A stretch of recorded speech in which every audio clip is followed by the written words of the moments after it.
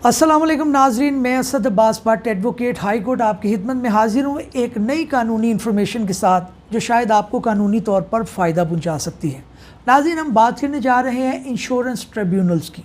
नाज़रीन, हमारा एक एक्ट है 1938 का जो बताता है कि इंश्योरेंस का जो कारोबार है उसके अंदर अगर किसी का कोई झगड़ा आ जाए, किसी का कोई डिस्प्यूट आ जाए, किसी बंदे ने इंश्योरेंस पॉलिसी ख़रीदी और उसको उसका क्लेम नहीं दिया गया, या दरमियान में वो अपनी पॉलिसी को छोड़ रहा है जिस पर वो अपने पैसे वापस चाहता है, या इस तरह का कोई भी डिस्प्यूट अगर इंश्योरेंस पॉलिसी या इंश्योरेंस बिज़नेस के हवाले से है तो वो इस लॉ के मुताबिक ऑपरेट करेगा, इंश्योरेंस एक्ट 98।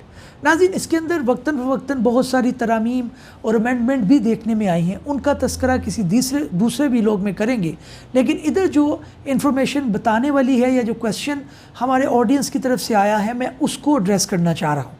पहले मैं इन्फॉर्मेशन जो आपसे शेयर करना चाहता हूँ वो ये है कि जनाब, पहले हर डिस्ट्रिक्ट के अंदर जो है वो एक इंश्योरेंस ट्रिब्यूनल था। सवाल आया है ऑडियंस की तरफ से, वो ये है कि जनाब ये बताया जाए कि एपेलेंट ट्रिब्यूनल जो इंश्योरेंस के मुकदमात को देखते हैं उनमें और जो इंश्योरेंस मोतसब है या जिसे आप वफाकी मोतसब रिलेटिंग टू इंश्योरेंस मुकदमात, उनके अंदर क्या फ़र्क है और क्या दोनों जो है वो यकमुश्त जो है वो फ़ैसला कर सकते हैं, किसका फ़ैसला ज़्यादा बेहतर होगा, क्या हमें इंश्योरेंस ट्रिब्यूनल में जाना चाहिए, एपेलेट ट्रिब्यूनल में जाना चाहिए, या फिर हमें अपने जो मुकदमात इंश्योरेंस से रिलेटेड हैं उन्हें मोतसब जो इंश्योरेंस के मुतल्लिक मुकदमात के फ़ैसले करते हैं उनके पास लेके जाना चाहिए।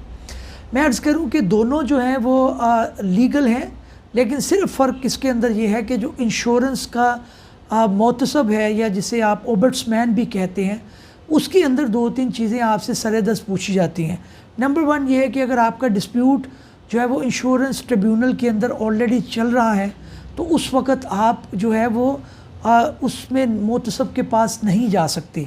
मोतसब आपसे हमेशा एक एफिडेविट लेता है कि जनाब आपका कोई मामला कोर्ट के अंदर ज़ेर समात तो नहीं है। अगर आपका मुकदमा ज़ेर समात हो तो उस सूरत के अंदर वो आपसे जो है वो आपके केस को इंटरटेन नहीं करते, तो फिर आपको ट्रिब्यूनल में आना पड़ता है। ट्रिब्यूनल जो है वो एपेलेट ट्रिब्यूनल मुख्तलिफ़ जगह पे हैं, जैसे लाहौर बेंच है, मुल्तान बेंच है, बावलपुर बेंच है। क्योंकि ये वफाक के अंदर ये लॉ आता है, वफाक इसको ऑपरेट करता है, तो इसलिए उन्होंने जो है वो इनके मुख्तलिफ़ जगहों पे ऊपर बेंचेस बनाए हुए हैं। तो अगर आपका मामला एपेलेट ट्रिब्यूनल इंश्योरेंस के अंदर पेंडिंग है तो फिर आप उसको लेकर नहीं जा सकते मुतसब के पास। लेकिन मुतसब के पास जाने का आपको फ़ायदा ये है कि आपका मुकदमे का फ़ैसला जल्दी हो सकता है। लेकिन एज़ यूजुअल मैं आपको बता चुका हूँ कि जो एपेलेट ट्रिब्यूनल्स हैं और जो मोतसब है इनमें बुनियादी फ़र्क ये होता है कि जो मोतसब है वो आपका फ़ैसला जल्दी कर देता है, वो इशू फ्रेम नहीं करते, वो सतही एविडेंस को देखते हुए जो इंश्योरेंस कंपनी है उनको ये रिक्वेस्ट करते हैं या ऑर्डर करते हैं कि जनाब आप जो क्लेम आया है उसको आप क्लियर कर दें। तो ये बुनियादी एक फ़र्क हमें देखने को मिलता है।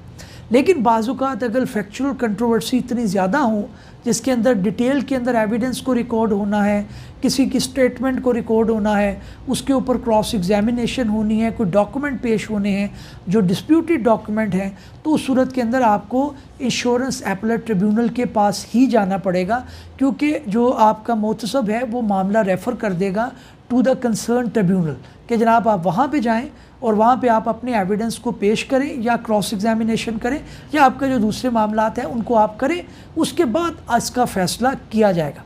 तो नाज़रीन, ये जो क्वेश्चन आ रहा था कि मेरा एपेलेट ट्रिब्यूनल के अंदर मामला पेंडिंग है, मैं ले जा सकता हूँ मोतसब के पास, तो आप मोतसब के पास नहीं लेके जा सकते। हाँ, अगर आपने पहले ही मोतसब के पास किया है तो उधर से आप एक चांस ले लें, अगर हो जाता है तो ठीक है, नहीं तो ट्रिब्यूनल के अंदर हम आपको असिस्ट कर सकते हैं। लाहौर के अंदर ट्रिब्यूनल जो है ये बिल्कुल बैंकिंग कोर्ट के जो है वो बालाई मंजिल के ऊपर वाक़या है, वहाँ पे ये मामला सुने जाते हैं और उसके अंदर हम भी सर्विसेज दे रहे हैं, दूसरे लोग भी दे रहे हैं। लेकिन आपका जो एक क्वेश्चन था कि जनाब इसको कैसे एड्रेस किया जाए, तो वेट करें, आप पहले मोतसब से फ़ैसला आने दें। अगर आपके हक़ में आ जाता है तो वेल एंड गुड, नहीं तो फिर आपको ट्रिब्यूनल के अंदर रेफ़र कर दिया जाएगा। नाज़रीन, उम्मीद है कि हमारी ये इन्फॉर्मेशन आपको पसंद आई होगी। किसी नए कानूनी या आइनी मौजू के साथ आपकी खिदमत में फिर हाज़िर होंगे, तब तक के लिए इजाज़त दीजिए। अल्लाह हाफ़िज़। Thank you.